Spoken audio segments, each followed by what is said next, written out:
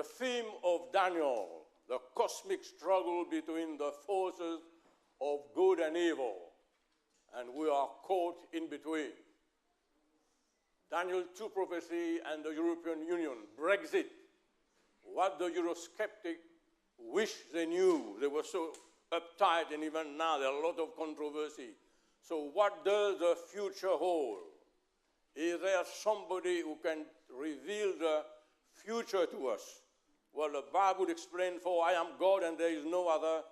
For I am God, there is none like me, declaring the end from the beginning, and from ancient times things that are yet done.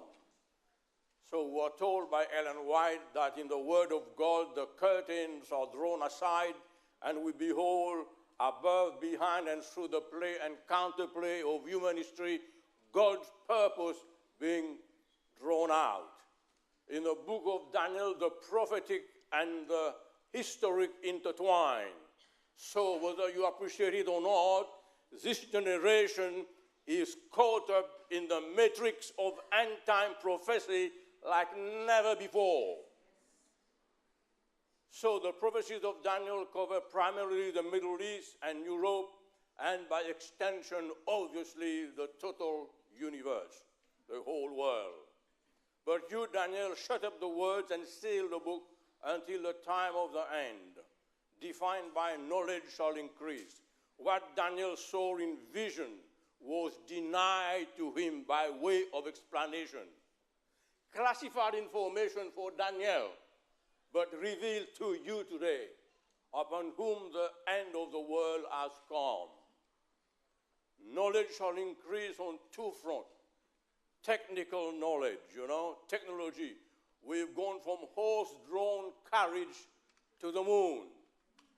And also we are now running Daniel seminars and the Revelation seminars around the world. Christopher Columbus, the great navigator and discoverer, liked the book of Daniel, because when he traveled, he was talking about the book of Daniel. Sir Isaac Newton, one of the greatest scientists that ever lived, poured out his soul on the book of Daniel. And then he said, to deny or to reject Daniel is to reject the Christian religion. Oh, yes. When you sail in the harbor of New York, you are greeted by the Statue of Liberty. When you sail and study chapter 2 of Daniel, you are challenged by the Statue of Destiny. Empires of the world, head of gold, chest of silver, thigh of brass, legs of iron, feet of clay, divided Europe. So I'm giving you some background, prophetic, historical detail, then we will move on Brexit, okay? And look at God's, the way he operates. God uses four world empires as immovable and irrefutable and verifying proof of the veracity of biblical prophecy. Yeah? Undeniable, empirical evidence. It's tangible. It's not fairy story there. Now, some definition. There are three schools of thought or interpretation about prophecy. Preterists tell you that all the prophecies have been fulfilled in the past, so just carry on living, no sweat. Then there is a futurist school of interpretation. Wow, don't worry. Ladies and gentlemen, all the prophecies are in the distant future, so relax.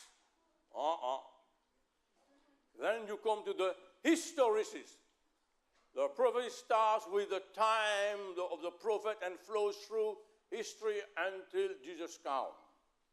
So the Seventh-day Adventist Church adopt the historicist prophetic interpretation. So I am a historicist lecturing to you today. So a timeline prophecy, anchor point, Daniel gets the vision right through history and blends into eternity. God moves in the arena of human history. So preterist and futurist, bad news. Is there a definite design and purpose behind human history? Therefore, when you see the abomination of desolation, says Jesus Christ, spoken by Daniel the prophet standing in the holy place. Whosoever reads, let him understand. There are 66 books in the Bible, but Christ goes out of his way to single out the book of Daniel.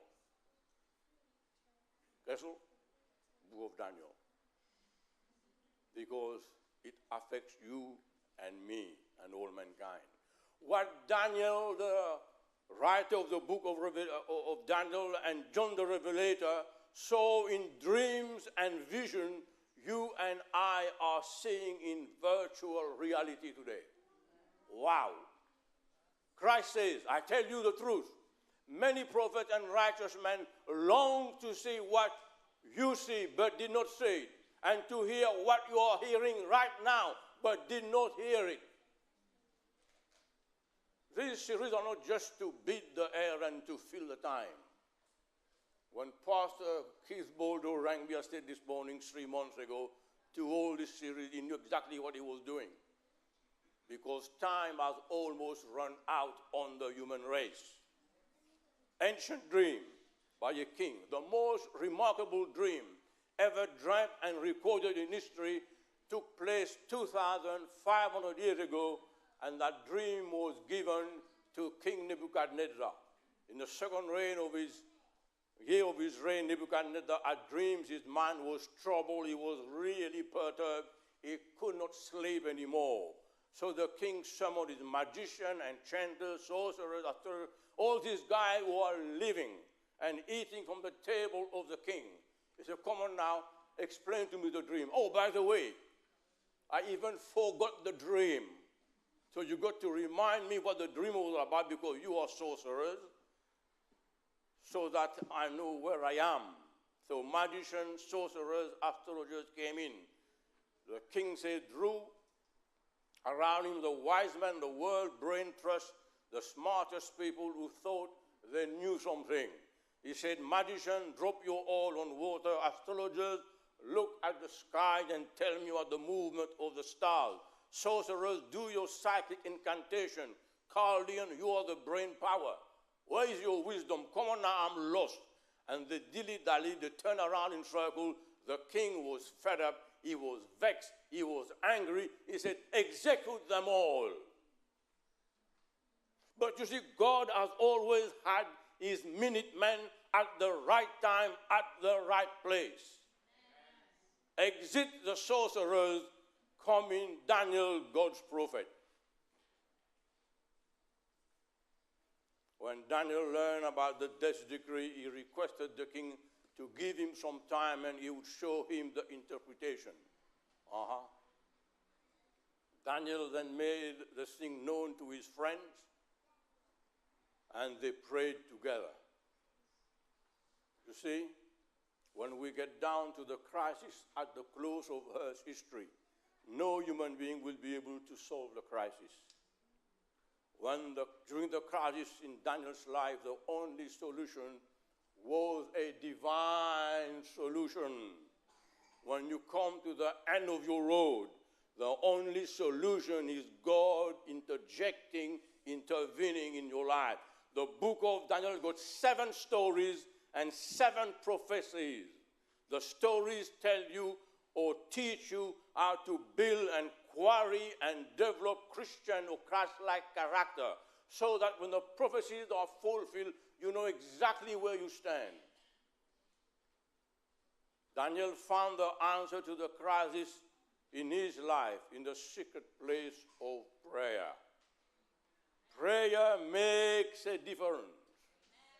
The potential, the power of prayer pervades the book of Daniel. He prayed 3 times a day, a prisoner of war away from Jerusalem, and he prayed 3 times a day.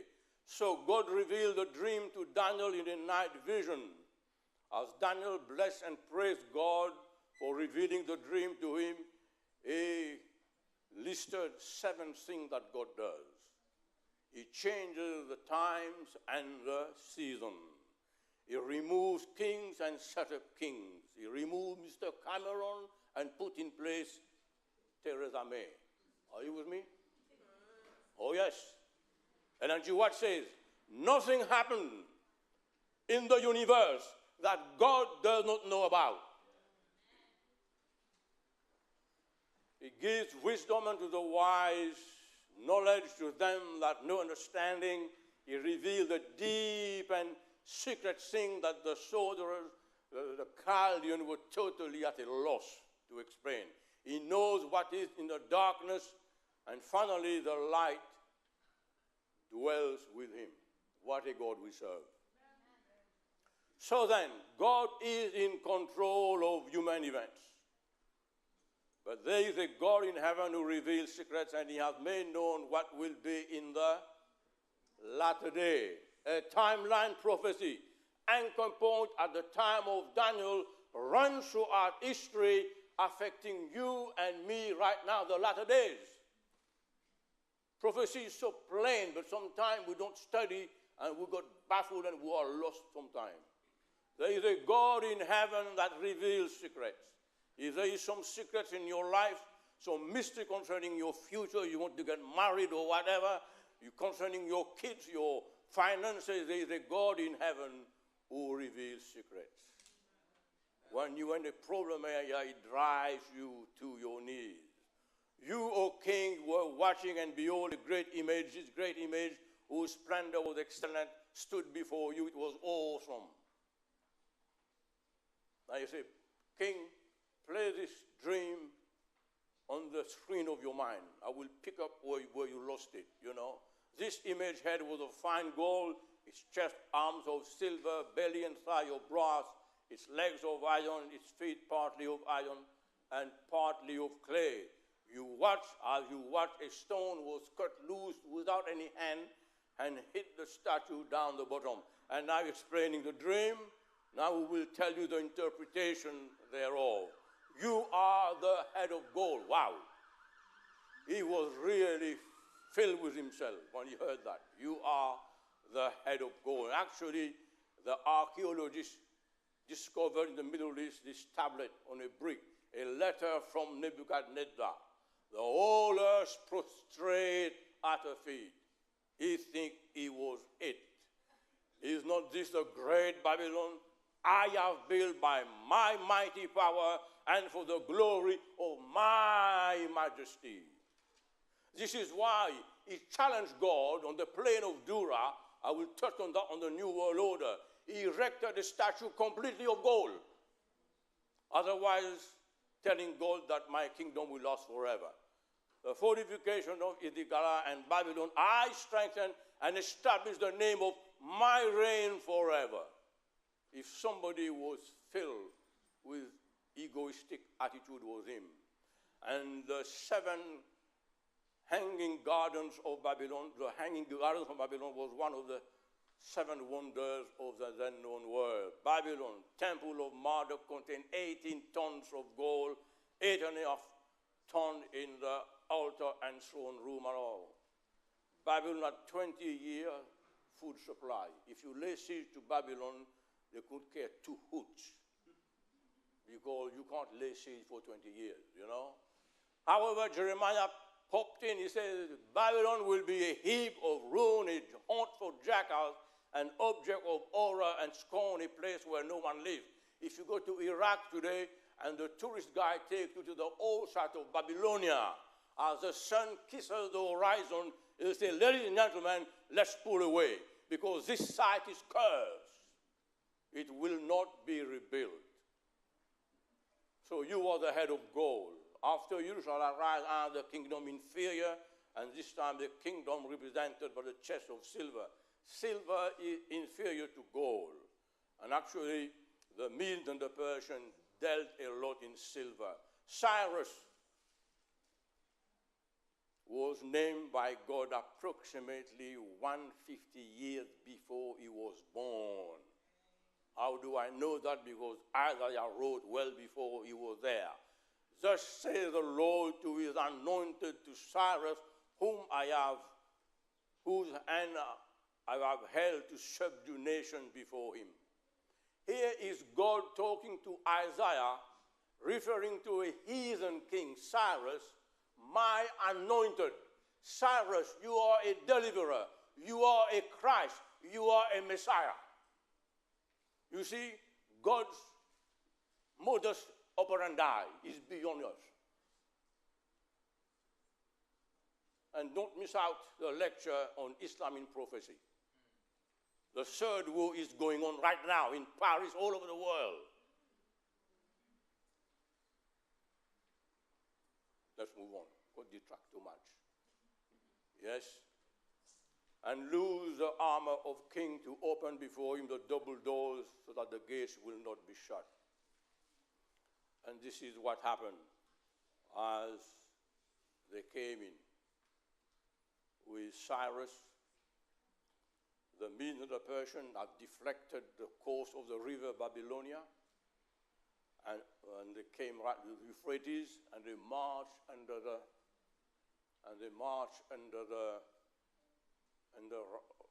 open gate because there was no problem, no guards, the dry riverbed, and they went into the hall where Belshazzar was giving a big, huge, noisy orgy.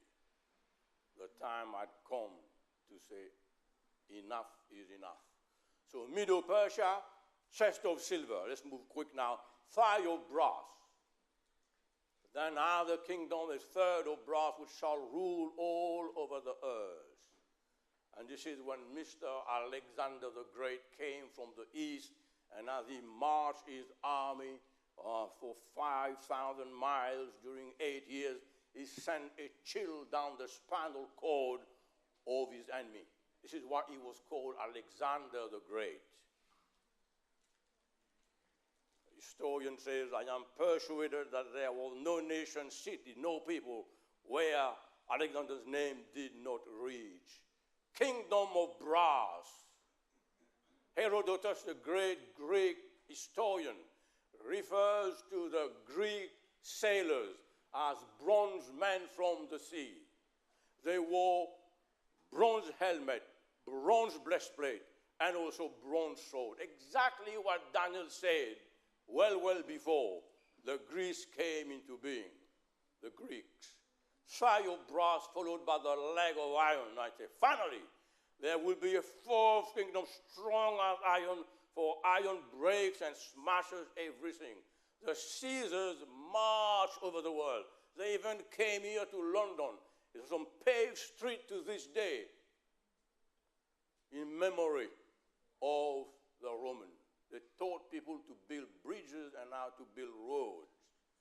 And if you go to Bath, right there in the West Country, Rome became the mistress of the world. And in Bath, you will see SPQR, the Senate and the people of Rome, was emblazoned on the standards of the Roman legions wherever they moved and broke into pieces around the planet. So Rome, 168 BC to 4th century AD after Christ. So Gibbon borrows the lingo of the Bible to express something. Gibbon says the images of gold, of silver, or brass that might serve to represent the nations and their kings were successfully broken by the iron monarchy of Rome. Now observe something.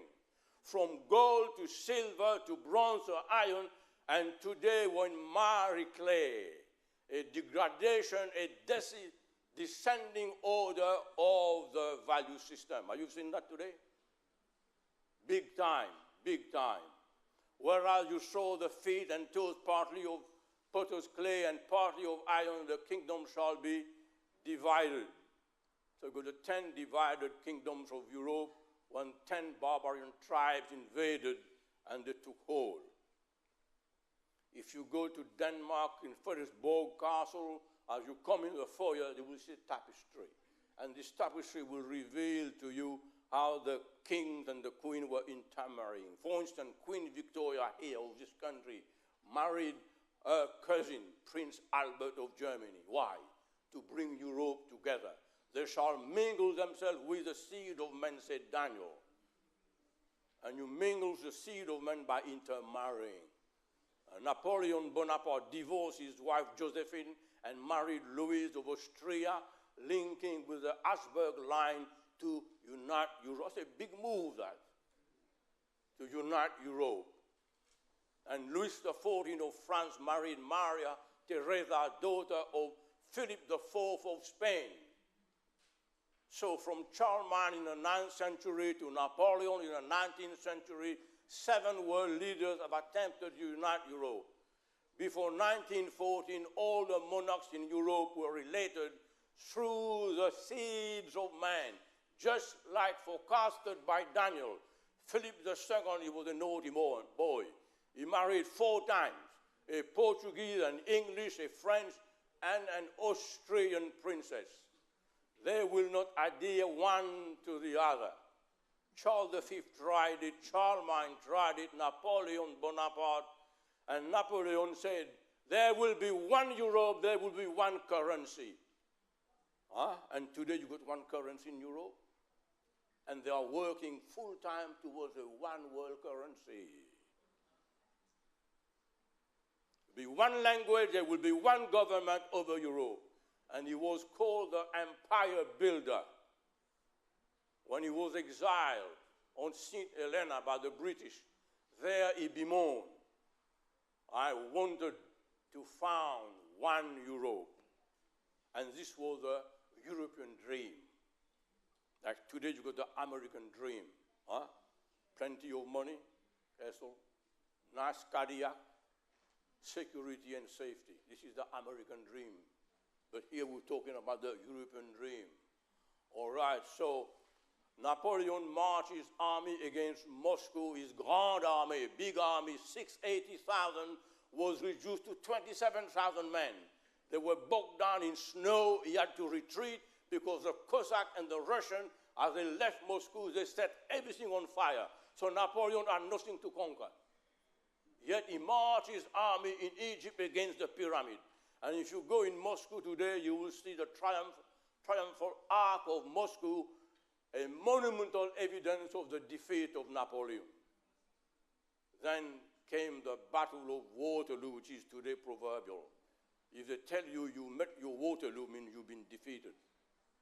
18th of June, 1815, the English-British forces with the Prussian forces, Duke of Wellington was leading out the British forces, and they defeated Napoleon.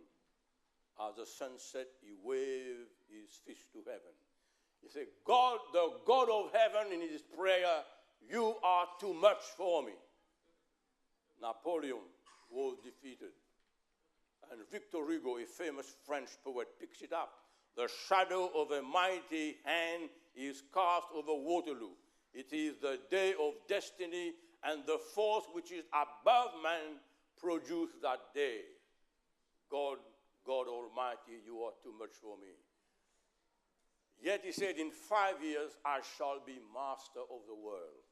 You see, his idea not only to build Europe and to reign over Europe, but to reign over the world.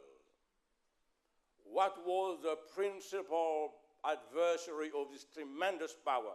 By whom was it checked and resisted and put down? God intervened.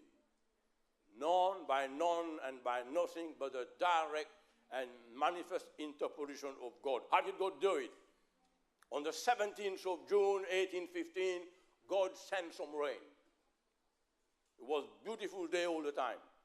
Sent some rain, and the Waterloo battlefield in Belgium was turned into a mud trap. As Napoleon came with his infantry, with his cavalry, they were stuck in the mud, and they became the sitting duck of the British and the Prussian army. God intervened using nature. Some of you may say, wait a minute, that's coincidence, is it? We'll come to that later. Now, the ink has hardly dried up on the Treaty of Versailles that Mr. Adolf Hitler swung his panzer division and infantry around the Caucasus Mountain, and he plunged Europe and the world into the fray and carnage of World War II. And as he charged, he said, Deutschland, Deutschland über alles. Germany overall. Germany came overall all right. Because when the Allied forces moved on him in a pincer movement, he took shelter in his bunker. And there he committed suicide, him and Eva Braun, whom he just married 2 days before the end. That was Germany overall. I tell you what, as you study history, some of you, when you went to school, when history class was being given, you went under the bench. But you study history. You say, had Hitler listened to the counsel of his general and crossed the English Channel in the early days of the war, and that makes sense, because American was still in America, nobody could have stopped Adolf Hitler. You would have conquered England, and that's it. With Rommel in the desert there in the Middle East, the world would have seen a fifth world empire. But God had said 4 world empires and then divided Europe. Did you get that? And that's his motto. 1 people, 1 empire, 1 leader. What did God do? God raised up Winston Churchill. How do I know? At the height of World War II, Churchill galvanized and addressed the nation through the BBC right here.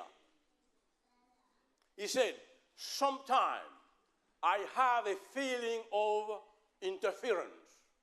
Then he said, sometime I have a feeling that some guiding hand, capital G, capital H, has intervened.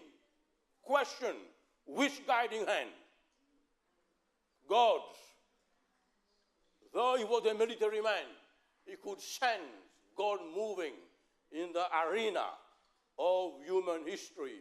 Then he crossed over the Atlantic to get the, I would say Yankee, to get the Americans on board.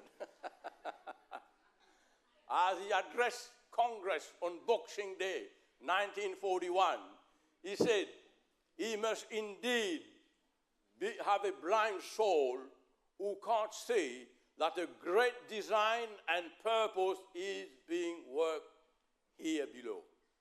What great design? What purpose? You don't believe me? Look at this one, Churchill again. As long as we have faith in our cause and an unconquerable willpower, salvation will not be denied us. In the words of the psalmist, and I quote the psalmist now, he's quoting David now. Winston Churchill, if you don't mind. He shall not be afraid of evil tidings. His heart is fixed, trusting in the Lord. And this is why we won World War II. Otherwise, Mr. Hitler would have made mincemeat out of all your ancestral line. God had said 4 world empires. Operation Dynamo, 338,000 British and French troops had to be evacuated from Dunkirk in 1940 because the Germans were coming in to kill. The English Channel smooth while bad weather grounded the German Air Force, the Luftwaffe. Didn't you get that? God moves in mysterious ways. English Channel was as flat as a pancake, so that so many little boats and dinghies, as many could cross the English Channel to repatriate all these guys, otherwise they would have been dead. And a storm kept the Luftwaffe pinned to the ground in Germany. D-Day, 6 June 1944, the greatest, most powerful armada.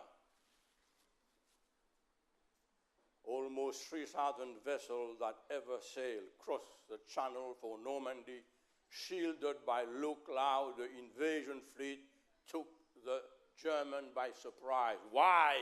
So stormy weather had been predicted, so the German coastal guard had relaxed their vigilance.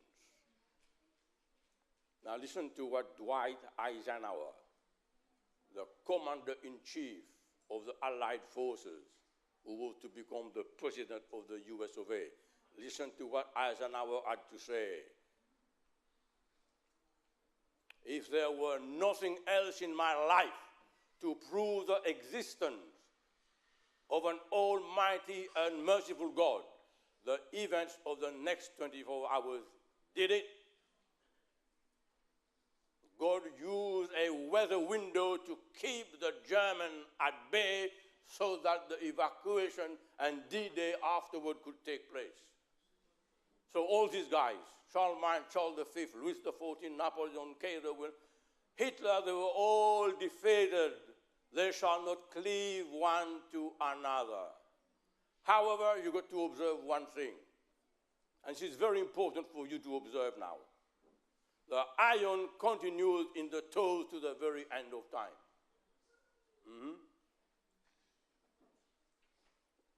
Next Sabbath, we're going to start bang on time at 4:30, so at 5 o'clock I'm here. I say it kindly, because some people are good to go now. All right? Right, the gold stopped with the neck.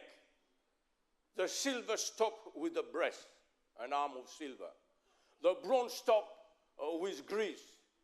The iron came down with the Roman Empire, then filters down to the end of time, iron and clay.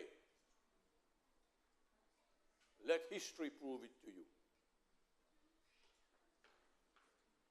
Before his death in 1957, Pope Pius XII wanted to rid the world of the atheistic monster of communism. He blessed the formation of the common market then, which was founded on the Treaty of Rome, Rome the eternal city, known as the greatest Roman Catholic business deal in history. So this is why the iron continued to the end of time. Because Pius VI says the greatest Roman Catholic business deal of history was the common market. Rome has got its finger in every pie. And if you're a Catholic, you are here this afternoon, don't be upset. I'm just interpreting end-time prophecy. You Catholics are very faithful, are very sincere. I'm talking about the system. All right, let's see what the Catholics themselves say. La Bianca, professor of history in Rome University, to the succession of the Caesars, the complete iron, came the succession of the pontiff in Rome. When Constantine left Rome, he gave his seat in Rome to the pontiff. So this is how history went, but the Bible predicted it. News release by J. Opie, Rome, 1962.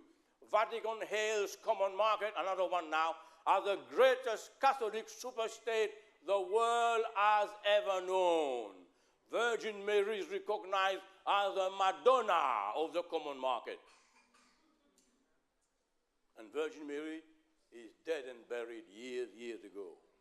But the Catholic teaches that Virgin Mary is the queen in heaven.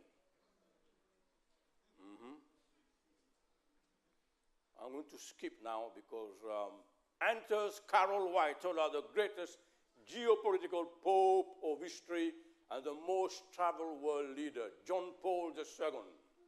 He's a politician vied to be seen bowing to the Pope. He saw more than 1,300 politicians during his 27-year pontificate.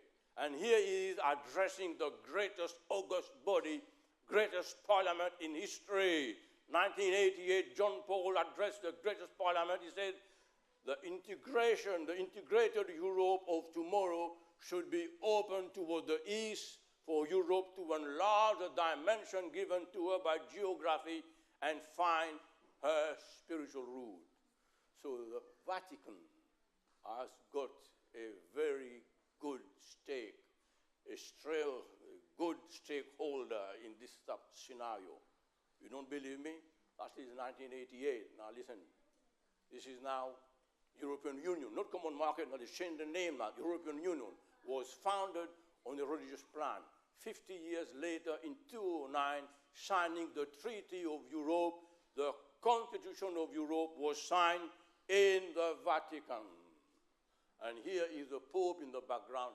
You don't have anything here, blind here, have you? That's still to come, the blind. Yeah? This is the Pope in that room where they were signing the European Constitution as if the Pope is blessing it. Now, what I'm talking about right now, Mr. Cameron, Mrs. Angela Merkel, Mr. Theresa May, Mr. Obama don't know about these things. They completely ignore the role being played by the Vatican, which is prophetically spot on. So to bring the wall of communism down, he summoned Mr. Gorbachev in the library of the Vatican. And some people think that Mr. Gorbachev received the mark of the beast on his forehead. Nobody received no mark of the beast yet. I will touch on the mark of the beast. Look at your program sometime. So, 9th of November 1989, the Berlin Wall was breached. European communism is doomed. So the Pope did something right to knock down communism. But, okay, God used Nebuchadnezzar to break the back of the Jewish people when they disobeyed him. We'll come to that some other time. So, two momentous events of our time that changed the course of history and geopolitics. Number one, the breaching and collapsing of the Berlin Wall.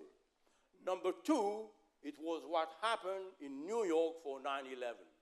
Yeah? Changed the course of history. We'll come to that Islam in prophecy. Yes? So here you are, the German infantry pulling out of East Germany because the wall has gone down. And Ivan goes home. And the Times magazine, a secular writer, picks it up.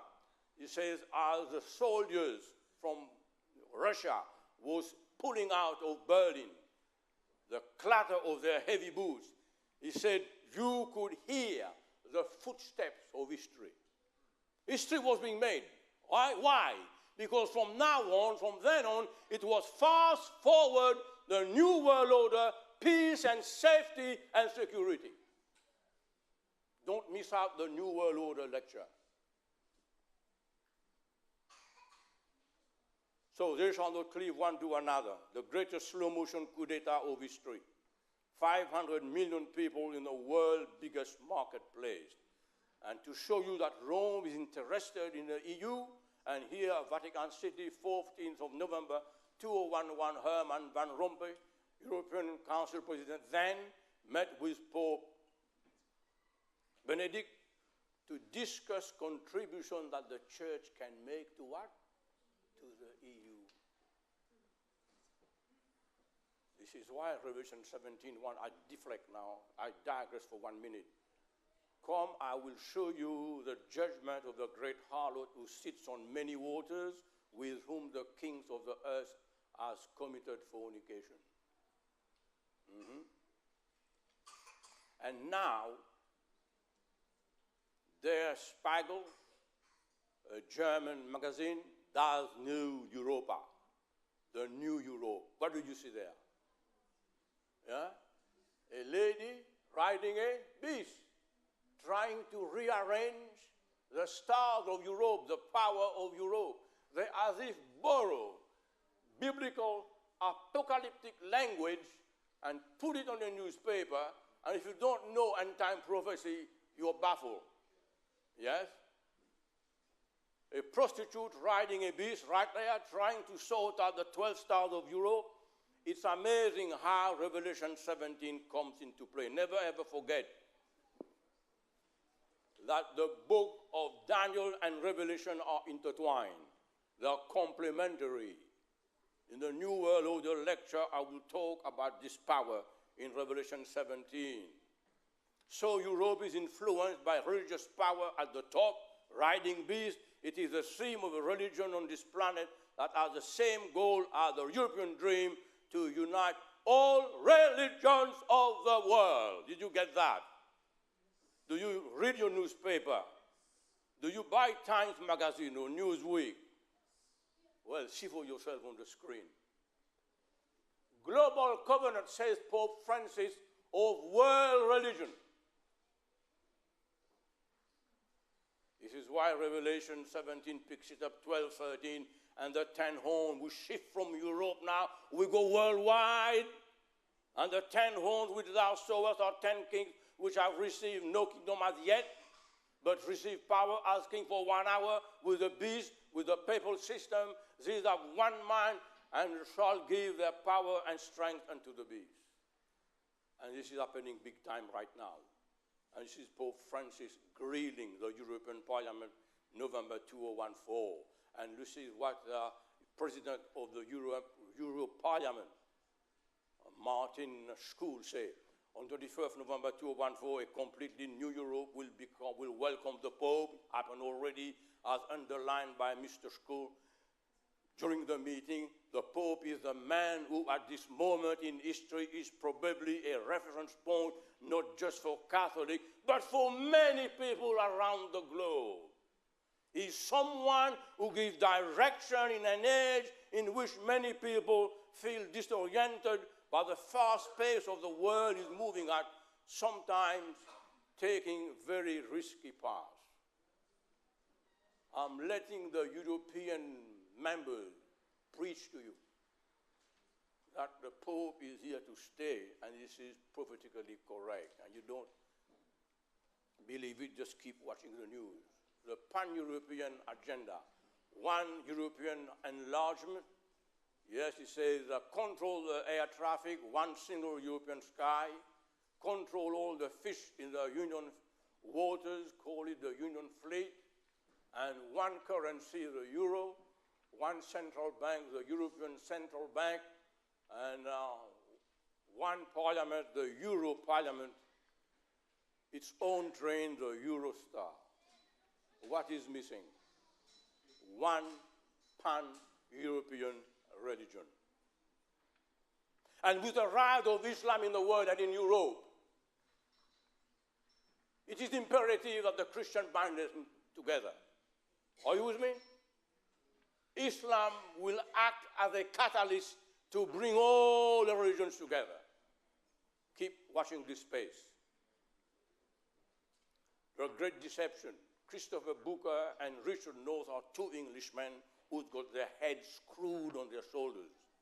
They are investigative journalists and politicians. They wrote this book, page 432. When Maggie Thatcher, the Iron Lady, tried to apply the brake because Europe was trying to take them to themselves too much authority and power, it was too late. Maggie Thatcher was thrown out of office, and Europe had claimed its most spectacular victim to date. And this is Maggie Thatcher. She was famous for what? What do you see here? For your black handbag. With a ferocious weapon, tool in her hand. If you were handbagged by Maggie Thatcher, my friend. But this lady had backbone. She said no, no, no whenever she was in Brussels. And because she said no too often, the man in the grey suit in London got together, removed Thatcher as Prime Minister. And the last one to be removed is David Cameron, because he couldn't sell the Remain campaign. His scalp just flew from his head. No issue, says those gentlemen, no issue in modern British politics has involved more willful and wicked untruths with the EU, the lie stretched back over 30 years, the Daily Mail. This is why people voted according to their conscience for Brexiting. Are you with me? Because they've had enough. Lie, lie, lie. And this man is dangerous, Tony Blair. In 1503, Queen Elizabeth I saw off the Spanish Armada. The Duke of Wellington, we just saw in 1815, saw off the French. In 1940, this great man, Winston Churchill, saw off the German. Whereas in 2003, says the Sun magazine or Sun newspaper, Blair surrenders Europe, Britain to Europe. And if Mr. Blair had his way, we would have had the euro as a currency today. And had this happened, we would have been in a total mess. Are you with me? Because even the German, the French, the Italian regret, but they don't tell you that. They regret buying into that one currency business, you know? Le Figaro in Paris says, the proportion of Protestants is decreasing in the enlarged Europe. Huh? Not Cuniah, not Boldo, but Le Figaro is preaching to you now. With the inclusion of Poland in the Union, the Catholic majority has increased. The Catholic supremacy is evident. Increased from 184 then to 239, now it's more than that. We are witnessing, I say, a strong Romeward current. Coronation Act, 1953, Section 4, the big picture. This is the big picture that you got to latch onto. When the Queen ascended the throne here in 1953, she swore an oath to do what? Govern the people of UK according to their laws and custom, and to maintain the Protestant Reformed religion established by law. The Queen of England wears two hats. One is the defender of the faith, the Protestant faith, and the other one is the laws, the customs of this country as Queen. Now listen to this one now. Not from me, from the Catholic Herald. Just listen to that one. The Vatican recognizes that the defeat of Protestantism in England would weaken it throughout Europe. Hence, the Catholic Herald stated in 1993. Now, here it comes. You eat too much lunchtime, and you can't take the lecture now. The days of the Anglican Church are numbered. Yes. Quoted from the Principality and Power of Europe by Adrian Hilton. And he's no Adventist. He's a great writer, he's a theologian, he's a Sunday keeper. But his book, Principality and Power of Europe, just take a note of that, take mental note, go to your library, order it, or on Amazon. Your eyes will come out of their sockets. God uses people like Hilton to put the truth there. Because they can't say, oh, you are narrow-minded Seventh-day Adventist. Huh? Now look at this one. The 20p coin in Gibraltar, which is still a British colony, had on it the Queen's head, the Queen's effigy, and it says, DG Reg FD, Queen by the grace of God. The same 20-piece on the other side, they put Our Lady of Europa. Can you see it? Our Lady of Europa, and who is she? The Virgin Mary. Right. Gone are the Queen's title, DG Reg FD, Defender of the Faith.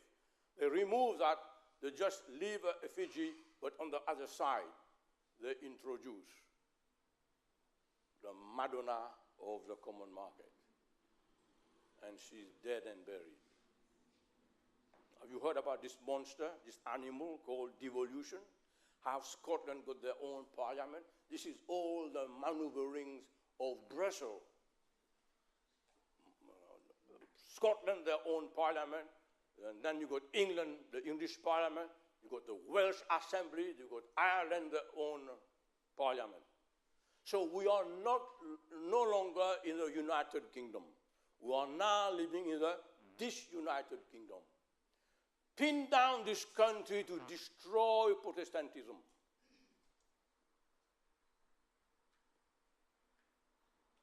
And this is how the Queen nailed 5 big fat nails in her coffin.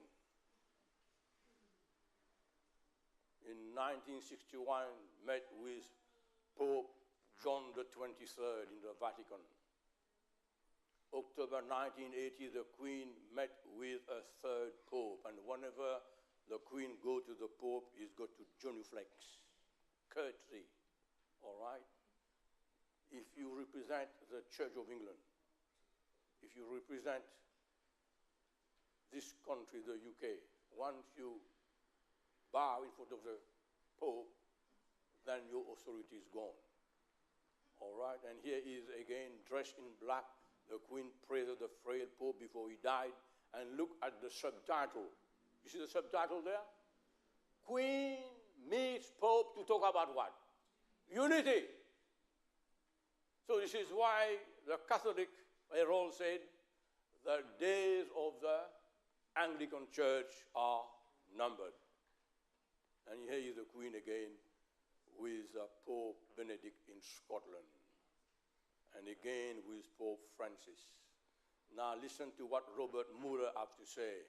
Former Assistant General Secretary of the United Nations. We must move as quickly as possible to a one-world government, a one-world religion, and a one-world leader. Now this is very, very pregnant with meaning. He adds, one main objective of the New World Order is to eradicate Protestantism off the face of the globe, particularly, especially that Protestantism who refuses to bow to the papal authority. Did you get that? Who will be the Protestant in the end time, which is almost now, who will refuse to accept the mark of the beast? There you go. You are the visible remnant. Out there is the invisible remnant. They are waiting for you to put your house in order before they come in. This is why your elder this morning was talking to you about going leafleting and all that. Yes? To get people to come to the campaign. Days of the Catholic Church is bright, but the days of the Anglican Church are numbered. Look at this slide. Look at this slide. The Archbishop of Canterbury is in the Vatican. He knelt down on his knees and he kissed the Pope's hand. And not only did he kiss the Pope's hand, but he kissed the ring on the Pope's hand. And the ring on the papal finger is his supreme authority over the world, over the church. So when the leader of your church kisses the Pope's ring, say goodbye to Protestantism. How sad! But this has been prophesied. If there are any visitors here or non-Adventist visiting friends, we'll have to give this to you, the great controversy. I've got 2 copies. I'm going to give that to you. Take home. Maastricht Treaty. I'm going to move a bit fast now. The one-way bridge. The European Monetary Union. In joining the Eurozone, 19 countries have de facto sacrificed their currency and sovereignty in an unparalleled development in the history of global finance and geopolitics. The monarch's head upon a nation currency is symbol of that sovereignty. The authority of parliament is absolute. This is why they say here, if there is an appropriate model for a world government, it's the European Union.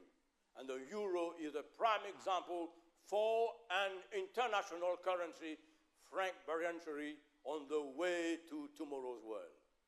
So beyond the euro will be a world currency, and the euro is as if a precursor of that. And this man says the banking system of the Trilateral Commission is a very well-coordinated enterprise to control the 4 principal forces. What are they? Politics, money, information, and the church. So with money, they are going to control the New World Order, to control the church. This is when the going will get tough, but don't worry. Christ is on your side. Amen. Yes. So the leaders of Europe are walking an economic tightrope. They don't know what to do. Greatest market, yes.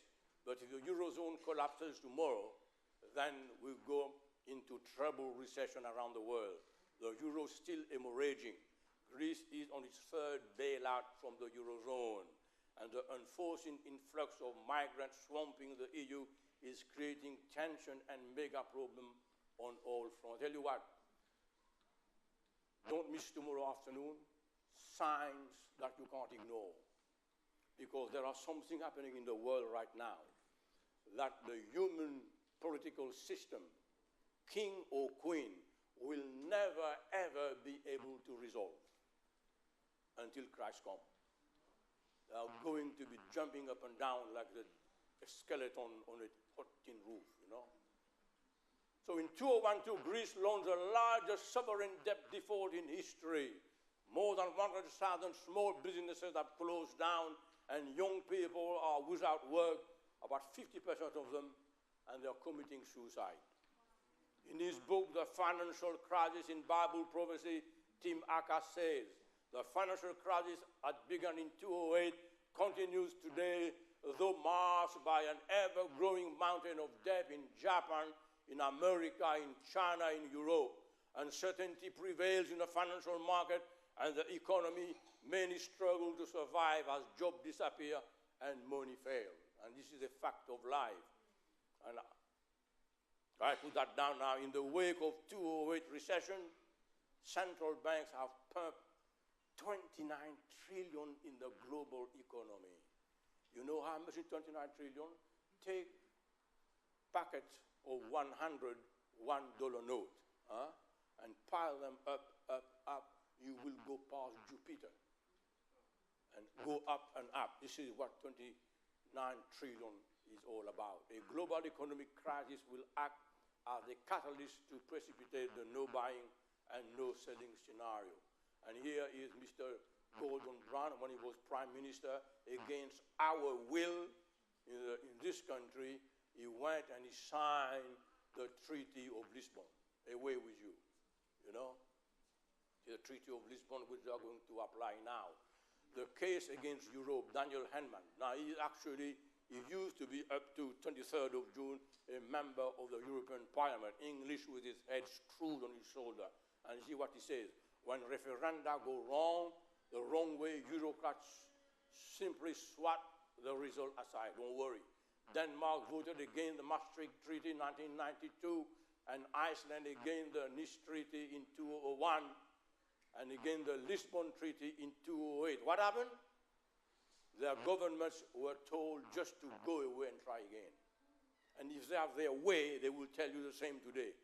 Go away and reinvent a new referendum. No, it's been defeated big time. When France and the Netherlands voted against the European Constitution in 2005, the verdict was simply disregarded. So it built on lies and falsehood. This is why people voted against it. And here you are, Mr. Cameron talking to Jean-Claude Juncker, who trying to convince him to stay put. And Obama flew all the way from Washington to come over here and talk to us, some pep talk for us to vote to stay. You know? Brexit in or out, Mrs. Angela Merkel. And look at Bumblebee Johnson, and Mr. Michael Gove, and you know, they try to do what they had to do, but things have moved on. So what we're doing now, ladies and gentlemen, we are decoupling from Europe. And they're going to invoke Article 50 of the Lisbon Treaty, but they forget about one treaty.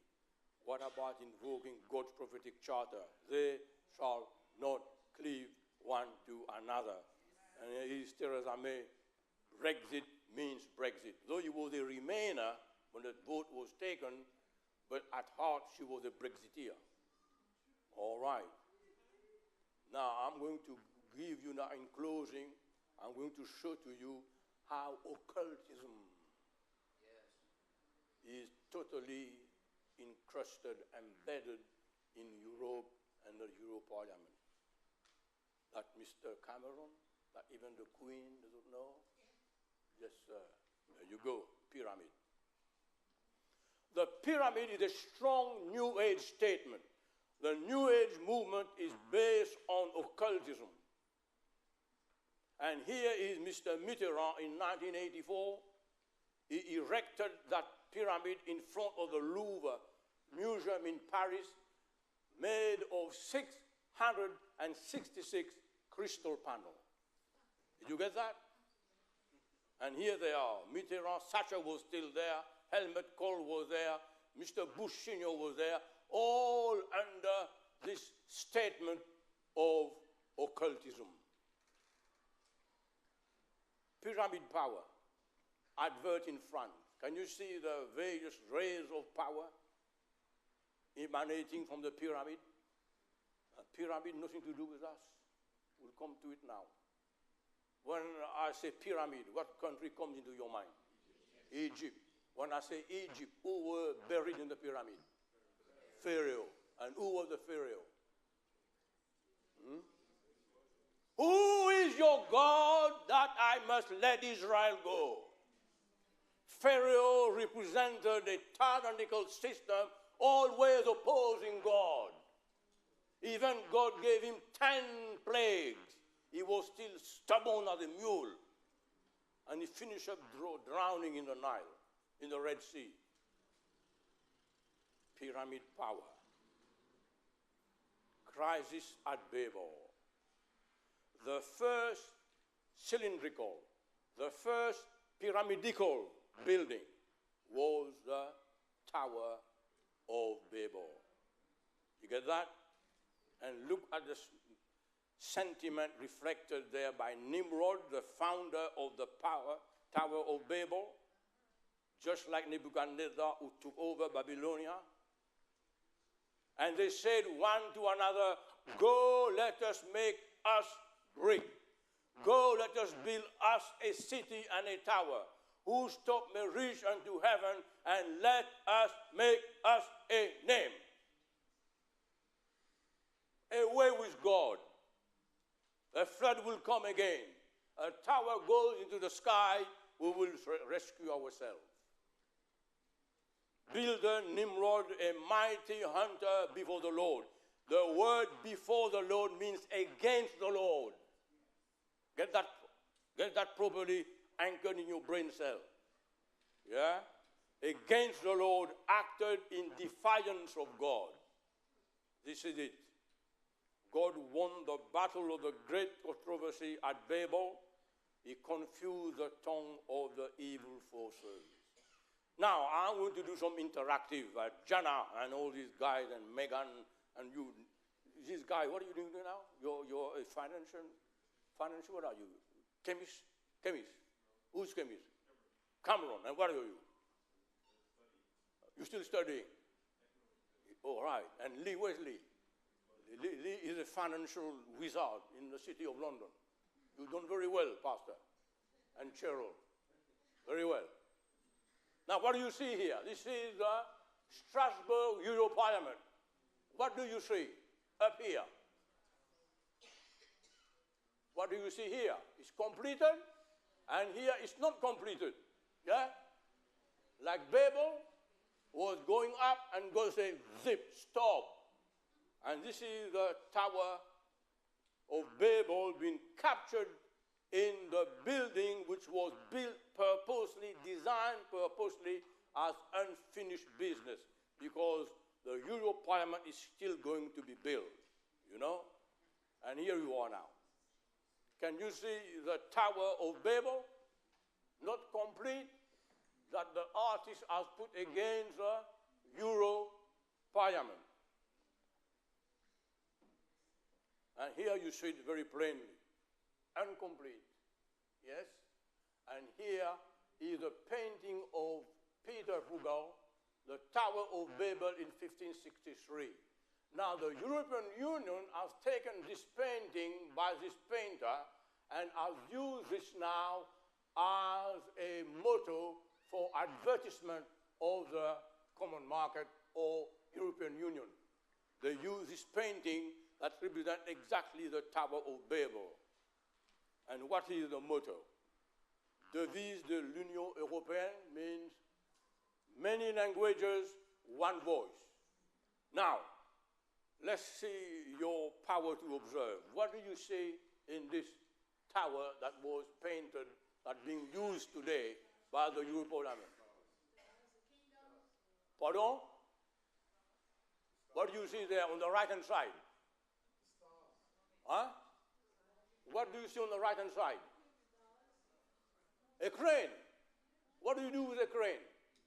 You build. So if the crane is still there, they're still building. All right? Number two, I'm sorry that there was too much sunshine coming through. Here, there are people, they are holding something in their hands. What is it? Can you see? Hammers. Oh, you've got good eyesight. Wow, mamma mia. They have got hammers in their hand. And look at the shape of the people. How do they look to you? Huh? Robots. You know, when the children were small, Suzette, Kathleen, and Andrew, now they're grown-up person now, there used to be some robot called Amy Darling. You remember that? Some of you? No? Well, robot Amy Darling, Amy Darling. So these people are now represented as robots. In other words, robots are programmed to do what they are programmed to do. This is why these people in the UK voted Brexit. What you're talking about here is a dictatorship. When Europe say jump, you say how high. If you want to countermount it, you lose your head like Maggie Thatcher. Yes? Now, something else. These are the stars of Europe. Now they change the star's shape like inverted pentagram. And the pentagram you see there, the goat's head. And whose symbol is the goat's head? You're a very bright young lady. Go to take the next lecture. Satan. This is Satan's symbol in the inverted pentagram. And these guys are controlling Europe. And yeah, Satan. Obviously, that's a hard pill to swallow. If I were to go and preach to them on that, they'll put me behind bars. Yes? God will once again confuse the tongues of the evil forces. Let's go back to Daniel. I'm going to close now.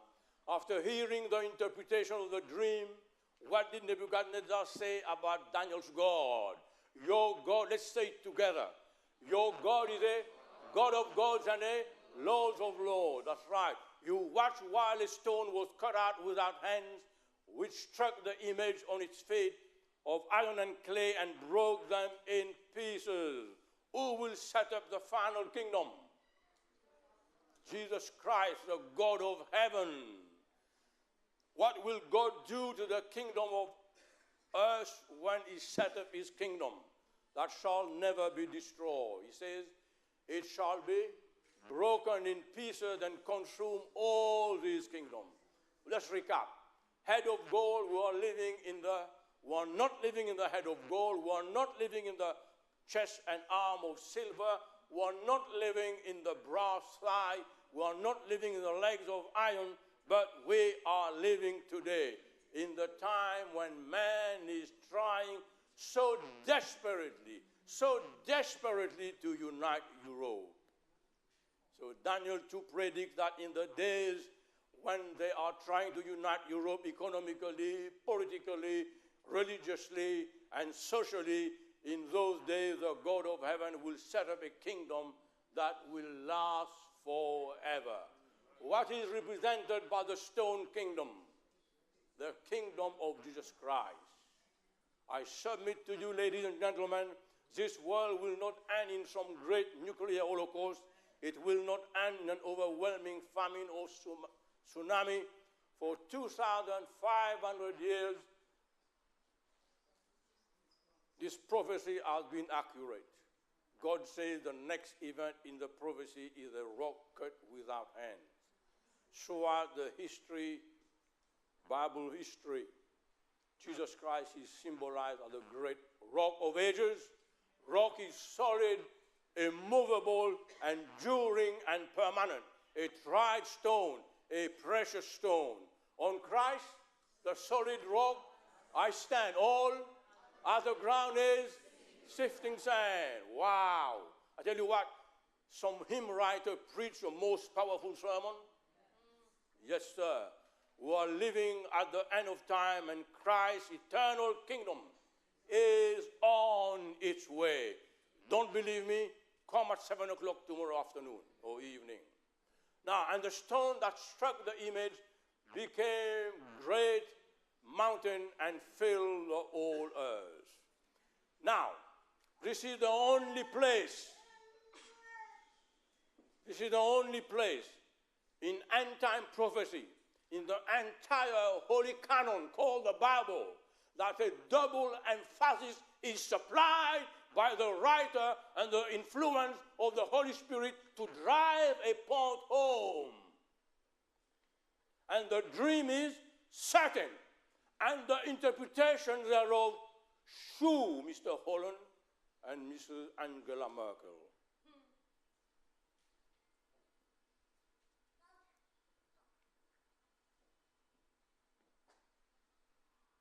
Let me show you something, my last slide. We can't miss the last slide.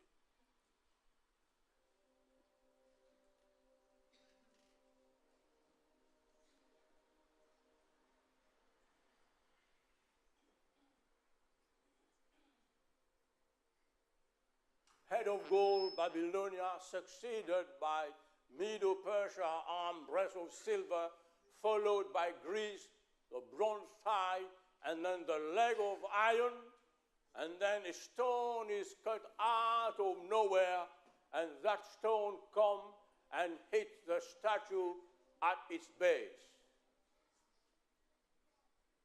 And this is God's eternal kingdom. Rock of ages, cleft for me, let me hide myself in thee. Be of sin the double Q, thou must save, and thou alone. Amen.